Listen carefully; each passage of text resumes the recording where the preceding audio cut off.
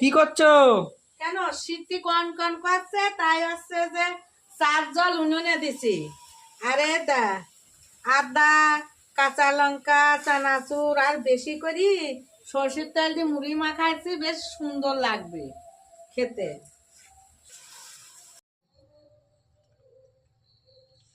চা মুড়ি খায়নি, তারপরে রান্না চাপাবো। ও মা, কি কি রান্না করবা?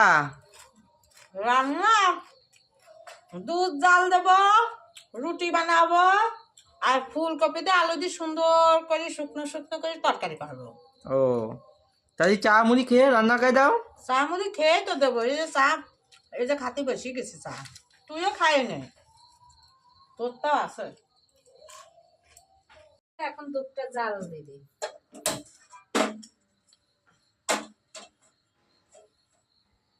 কমাই দিই, কেটে নি।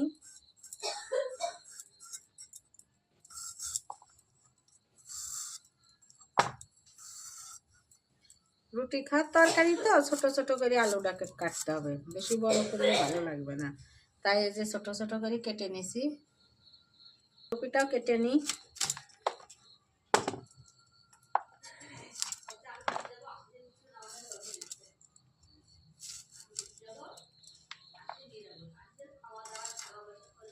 ফুলকপিগুলো রুটির সাথে খাবো তো, তরকারি রান্না করি, তাই ছোট ছোট করে কেটে নিছি।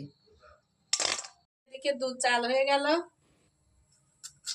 দুরাই যে তরকারি কাটা হয়ে গেছে, ডিমটা এখন গুলে নি, ভেজে নি।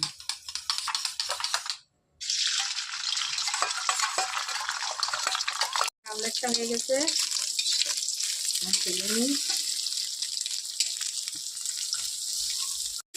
আমি তরকারিগুলো লবণ হলুদ দিয়ে সুন্দর করে নেড়ে করে ভেজে নিই।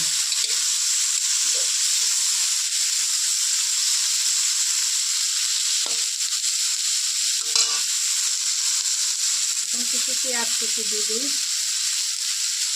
রুটি খাওয়ার তরকারি তো একটু পেঁয়াজ দিলে আর কোনো মশলা বাটা লাগবে না। একটু পেঁয়াজ দিয়ে দিই।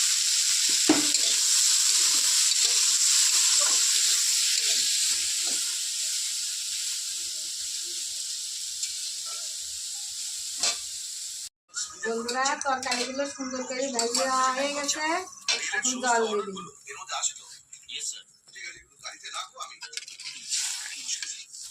হয়ে গেছে, এখন ঢাকা দিয়ে দিই।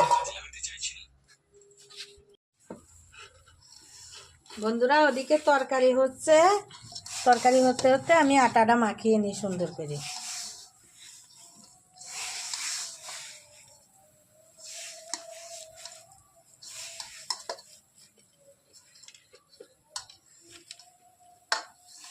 তরকারিও হয়ে গেছে, এদিকে রুটিও বানাচ্ছি, রুটি বানানো হয়ে গেল, আর 3টি রুটি আছে, বানালে হয়ে যায়।